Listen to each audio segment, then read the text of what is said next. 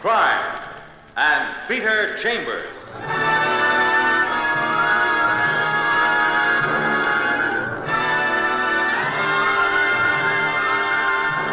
Created by Henry Kane, transcribed and starring as Peter Chambers, Dane Clark. You're a private eye. That's your business.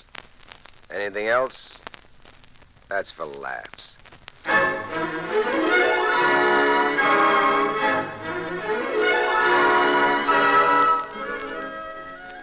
It's been raining cats and dogs and assorted animals for 3 long, wet, miserable days.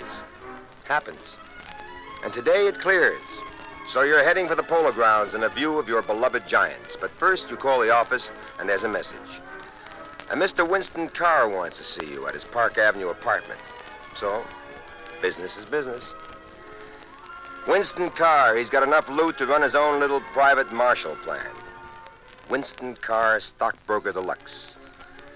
You kiss off the Giants, you wish him luck, and your special young man, Willie Mays.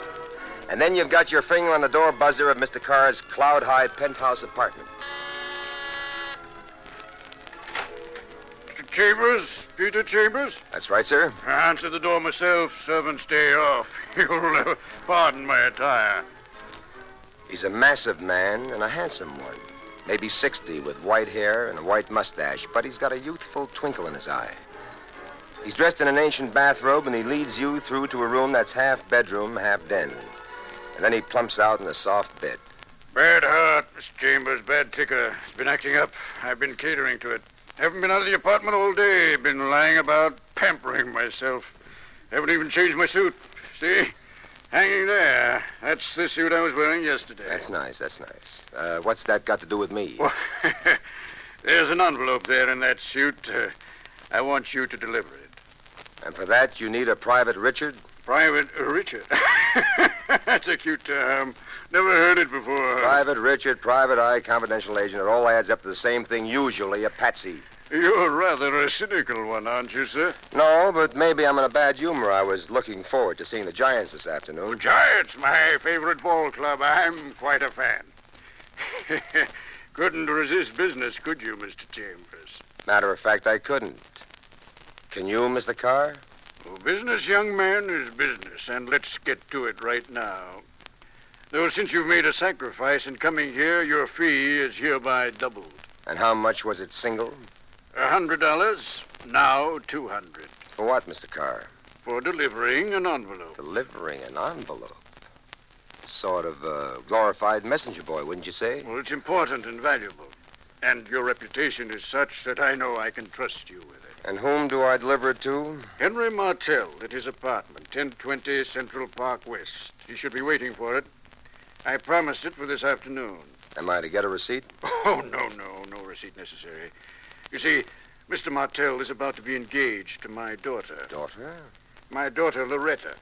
Only child, very dear to me. Only real thing dear to me since my good wife died. Anyway, Mr. Martell is going into business, and I'm sort of helping him with the contents of that envelope. I'm not quite up to delivering it myself today, so... Okay, Mr. Carr, I'm to deliver an envelope. Where is it? In the inside jacket pocket, Mr. Chambers. Yep, right there. That's it. And from my wallet, please help yourself to $200.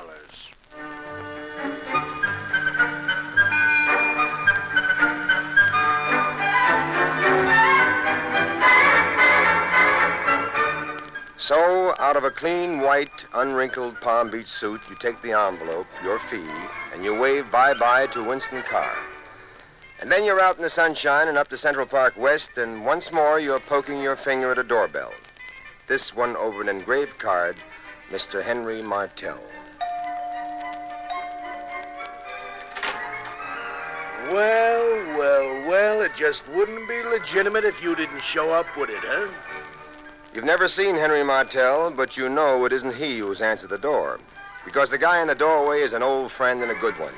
Detective Lieutenant Louis Parker, Homicide, New York City Police.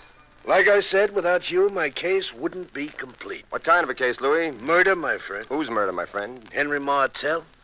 Martell? Mm-hmm. You're not kidding me, are you, Louis? With murder, you don't kid. Come on in, son.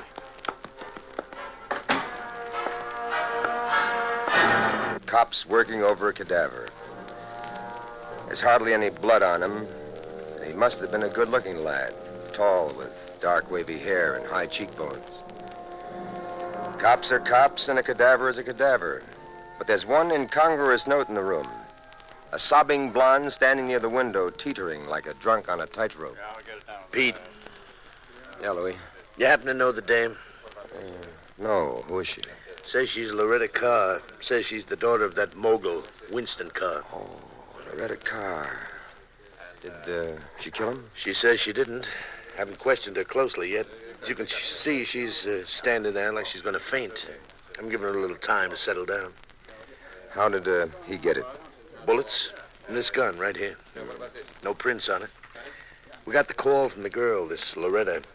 Claims she dropped in on him for cocktails or something. Door was open, found him like that, dead. Gun on the floor. Is it possible that it was suicide? No, Pete. Gun was 20 feet away from him.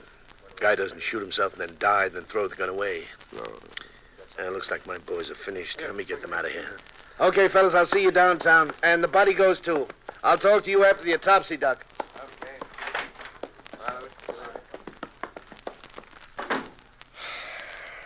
Now, Miss Carr, just a few short questions. Huh? Yes, Lieutenant. Oh, Loretta Carr, this is Peter Chambers. Oh, how do you do, Miss Carr? How do you do? Miss Carr, we know all the details of your finding him and calling the thing into us. Now, what were you doing here?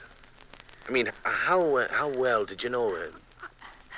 I knew Henry, Mr. Martell, for the past 6 months. We were going to be engaged to be married. I can verify that, Louis. Just wait your turn. I'm saving you for later. Okay, Miss Carr. How old are you? 20. Mm-hmm. How old was Mr. Martell? 35. Did you have your parents consent to this prospective engagement? Just one parent, sir. My father. Well, did you have his consent? At first he objected, but then he came around to my way of thinking. And what were his objections at first? That Mr. Martell was too old for me. That he wasn't exactly the type of person that he'd imagined I'd fall in love with. Oh, you know how fathers are. Yeah. But slowly, I won him over. And then we had his consent. I see. Now, how'd you meet Mr. Martell? I was introduced to him at a cocktail party. Okay, Miss Carr, that about does it for now. You can go home, but please be available, huh? Thank you, Lieutenant.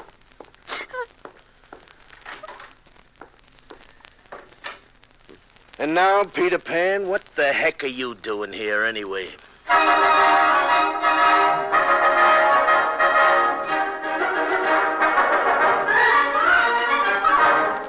You bring him up to date fast. He gives you full concentration, nodding his head up and down like a small boy watching a bouncing act on a trampoline. And then... Uh-huh. Mm-hmm. Okay, let's have it. Have what, Lieutenant? You know what? The envelope. Envelope, Lieutenant? Come on. It's a murder case I'm working on. This ain't a game of badminton. Oh, badminton yet. These modern cops, all right, Lieutenant? The envelope. Naughty, naughty. You're opening other people's mail. Hey, Pete, do you know what's in this? Love Sonnet by William Shakespeare. 100,000 bananas. $100,000 bills, cash money. Well, he certainly did approve of his prospective son-in-law, didn't he, Louis? All right, you've done your bit. You've delivered your envelope. Police will take possession for the time being. I'll go up to the old man personally, explain the situation. And what do I do in the meantime? So you go to a ball game or something. Too late for the ball game. Oh, that woolly maid. Well, then go to your office and sit and pray. Maybe business will fall in.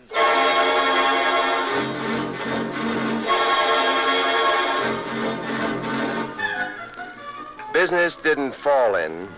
It wafted across the wires of Alexander Bell's invention. Or was that Donamici? Hello. I want you to come down here right away. Who wants me to come where and why? Me. Well, who that? Me, Herbie Morse. Don't you know my voice? You're supposed to be a private eye. Herbie, I am a private eye. I'm not a private ear. What's on your alleged mind? I want you to come down here. Where's here? My office, right away. What's the matter, Herbie? Trouble, what else? When I call on you, it ain't so you should teach me to mumble. Now come on, pal, get on your horse.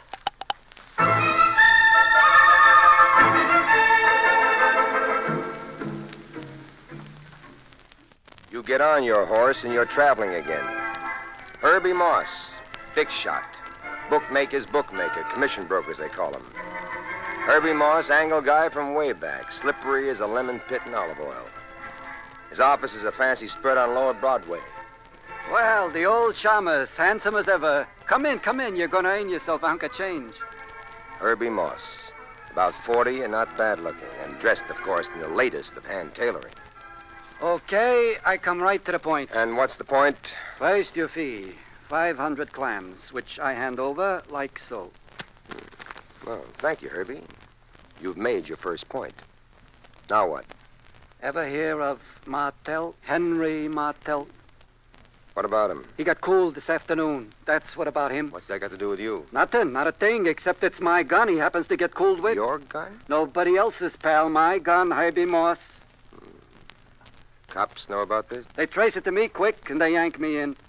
So what are you doing out? My lawyer gets me out. One of them writs, habeas, maybeas, what do I know? I'm out, but I ain't in the clear. That's your job, to put me in the clear. You, kill him, Herbie? No, I did not kill him. You know him, this Henry Martel? No, I, never hated a bum in my life. Herbie, my boy, just for the record, if I find that you are mixed up in this, I turn you in anyway. And you're stuck with the $500 fee. I ain't mixed up in nothing, I tell you. All right. I lent that heater to a dame. When? About, 6 months ago. Who's the doll? Doll is right. Don't trip over that, pal. That's dynamite. Joyce Doreen, a model. Tall, dark, and with a shape. Oh, brother. All right. What's the address? It's in the phone book. And let me tell you, I've seen them all, big and small. But this Joyce Doreen...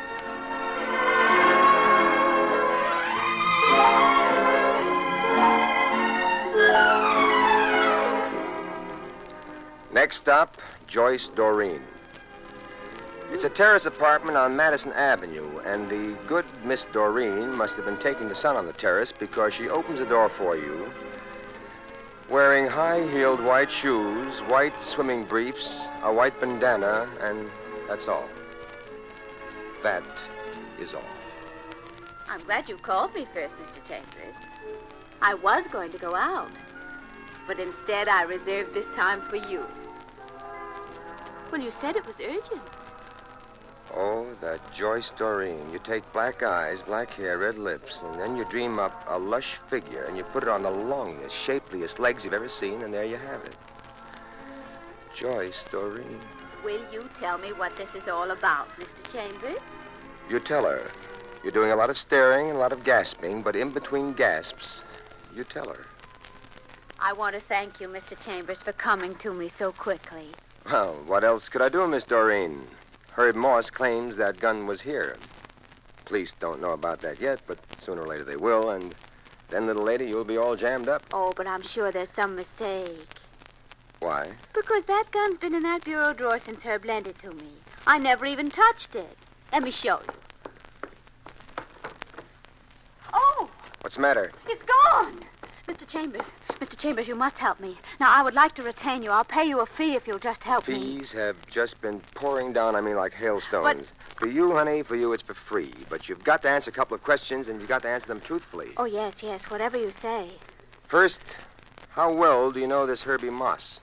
Oh, as well as I know any other man. He was attentive to me. Period.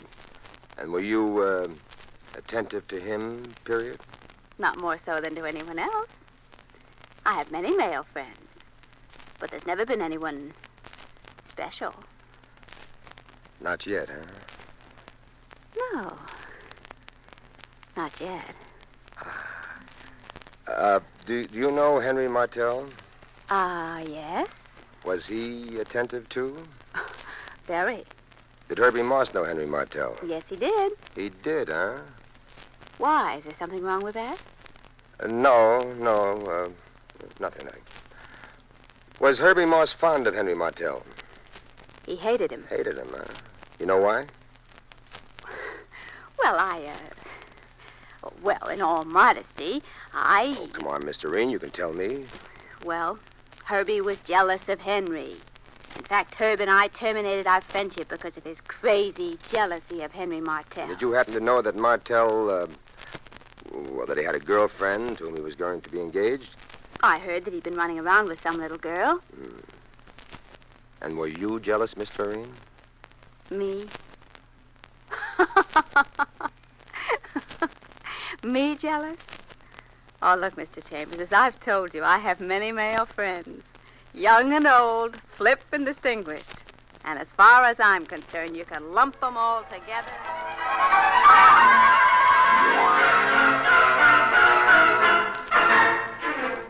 Faithfully, you promise to keep her abreast of events. And then you make tracks for Parker's office to sort of catch up on events yourself. Pete, my boy, that's the sum and total of it. Herbie Morse is our number one suspect, but we just don't have enough to hold him. What about this Henry Martell? What about him? Well, what kind of a guy? Well, he's a fringe guy, man about town. Strictly a phony, a live by the wits guy. Never arrested, never convicted. He had a few brushes with the law. Oh? The last time, when he belted a private eye. Belted a private eye? Who? Barry Miller. A couple of months ago, when you were on the West Coast, claimed the eye was tailing him, annoying him. Anything else? No, nothing. Louis, you ever hear of Joyce Doreen? Am I supposed to? I don't know yet. Well, find out for me sometime, huh? Lieutenant, I intend to do just that. Ah, it starts. Already it begins to make with a dame, huh?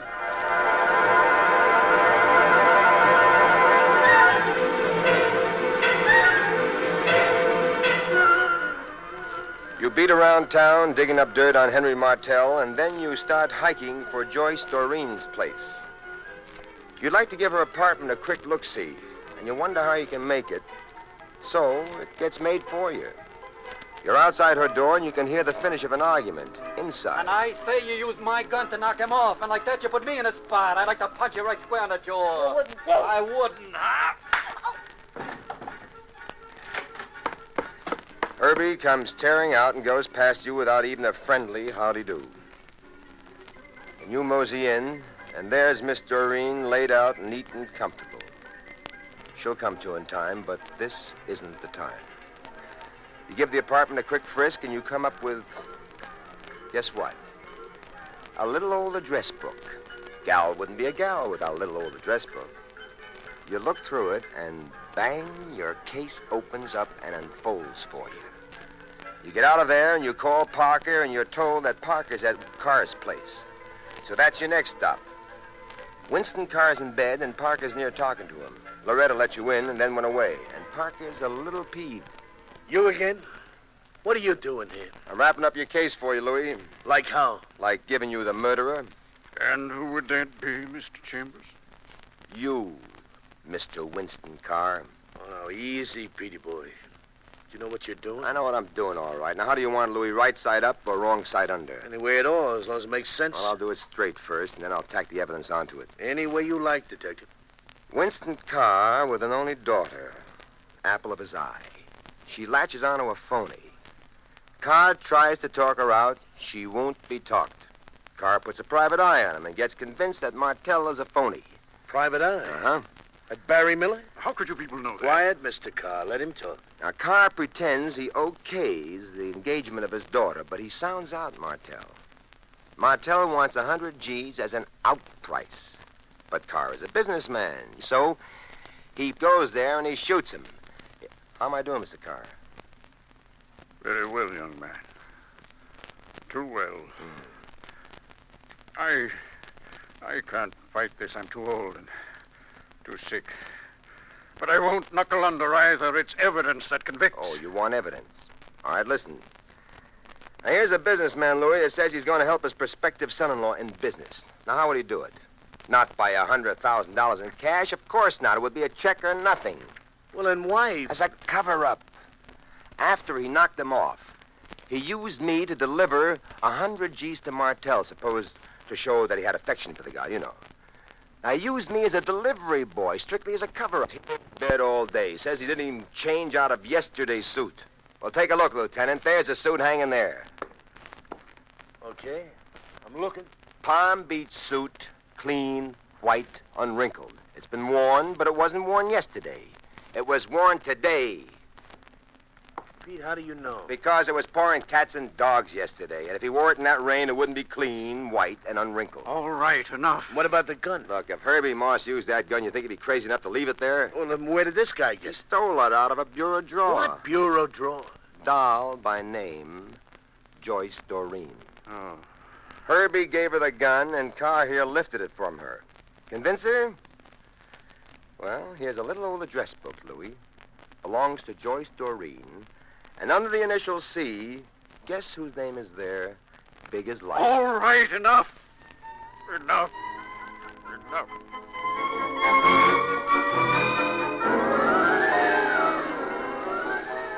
So, after Carr gets put on ice, surrounded by high-priced lawyers, and after you have made your report to Herbie Moss, you wend your way to Miss Doreen's apartment. And you tell her she's out of the mess, and you're about to give her details when... Oh, no, Mr. Chambers, not so fast. Huh? Let's do it nice and easily. Well, Now, you just sit down while I build a highball. 2 highballs. 2 nice, long, leisurely highballs. Now, just sit and wait. oh, that Joyce Doreen. Did you say something? I didn't say a thing, honey. I'm just sitting and waiting.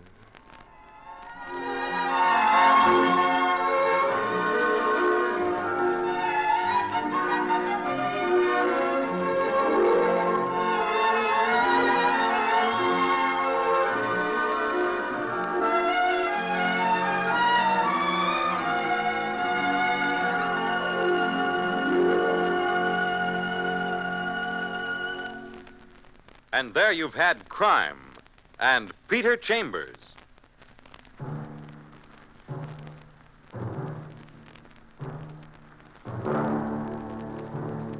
Dane Clark was starred as Peter Chambers. Crime and Peter Chambers Transcribed was created and written by Henry Kane. Others in the cast were Bill Zuckert, heard as Lieutenant Parker, Leslie Wood as Joyce, and Roger DeKoven as Winston Carr. It was directed by Fred Way. This is Fred Collins inviting you to tune in next week, same time, same station, for Dane Clark in Crime and Peter Chambers.